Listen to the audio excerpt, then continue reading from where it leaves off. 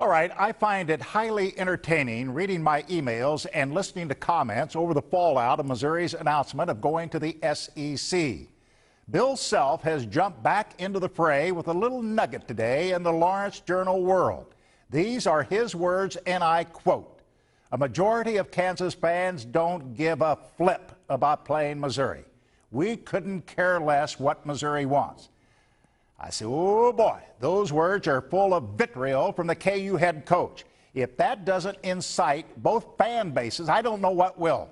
Bucknell Bill is bringing it strong against Missouri. Have you noticed how Self has become the public face of KU since Lou Perkins was run off? Self gives the appearance of being more powerful than the chancellor and the athletic director combined. We know he makes a lot more money than both of them combined, a lot more. Look, emotions and insecurities are at a fever pitch right now. The hatred on both sides is real, folks. And don't kid yourself, it's only more pronounced now that Missouri has declared its new conference affiliation. The Tigers have reason for celebration. They're headed to the undisputed best football conference in America.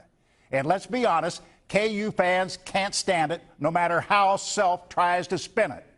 Meanwhile, what happens to the Big 12? More importantly, what happens to KU and K-State when the league goes belly up, and it will happen? Does anybody really know how many teams are in the Big 12 right now? 11?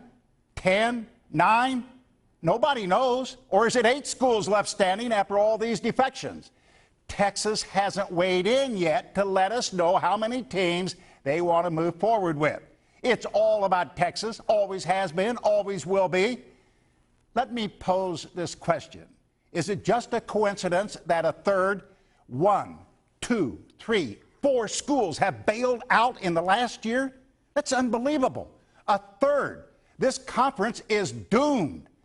I was taught long ago, where there's smoke, there is fire.